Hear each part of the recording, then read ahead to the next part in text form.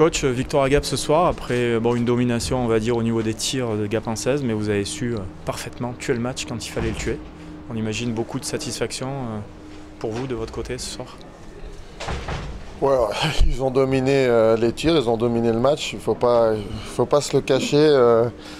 C'est un bon lob de notre part. Voilà, on les prend. On a eu un très gros gardien ce soir pour nous. Il est très bon depuis le début de l'année, il a fait un gros match. Et puis nos jeux en infériorité numérique ont été excellents aussi. C'est les deux secteurs qui nous font qu'on gagne le match ce soir. Justement, vous avez déjà une sacrée performance en termes de pourcentage en infériorité. Ce soir, avec toutes les situations que vous avez dû subir, vous performez de plus en plus en infériorité. Il y a un secret du côté de Bordeaux, comment ça se passe ? Non, je pense qu'on est comme toutes les équipes, on étudie. Après, c'est les joueurs sur la glace qui font le job. Les joueurs que j'utilise en piqué sont très bons, sont très disciplinés dans ce qu'on demande. Ils bloquent bien les shoots. On a des joueurs spécialistes du piqué qui font vraiment un excellent travail depuis le début de saison. Et puis bien aidé aussi.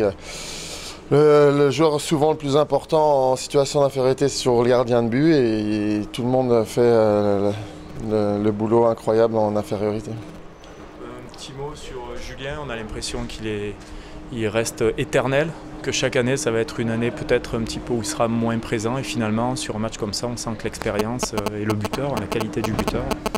Ouais, moi d'abord je suis très content pour lui. Ces derniers temps il était un petit peu soucieux parce que ça n'arrivait pas offensivement les choses comme lui il aurait voulu.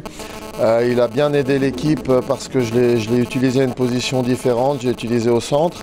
Il a fait le boulot pour l'équipe, donc voilà, après essayer de changer quelque chose avec lui pour essayer de trouver une petite étincelle et je suis très content pour lui qu'il l'ait trouvé ce soir.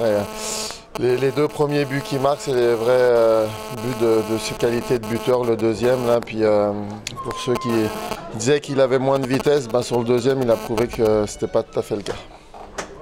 Épinal puis Gap, deux déplacements qu'on pouvait qualifier à haut risque. Bon, à Épinal, on sait que c'est pas simple, vous connaissez bien, ici à Gap non plus. Finalement, vous sortez de là avec 2 victoires. Bordeaux file grand train vers les sommets de la Ligue Magnus.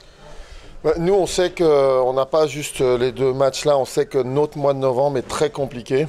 Comme vous l'avez dit, on va à Épinal, on venait ici, on va à Lyon, on va à Rouen et on va à Grenoble pour finir début décembre, fin du mois de novembre. Donc, on sait que c'est un très très grand mois pour nous.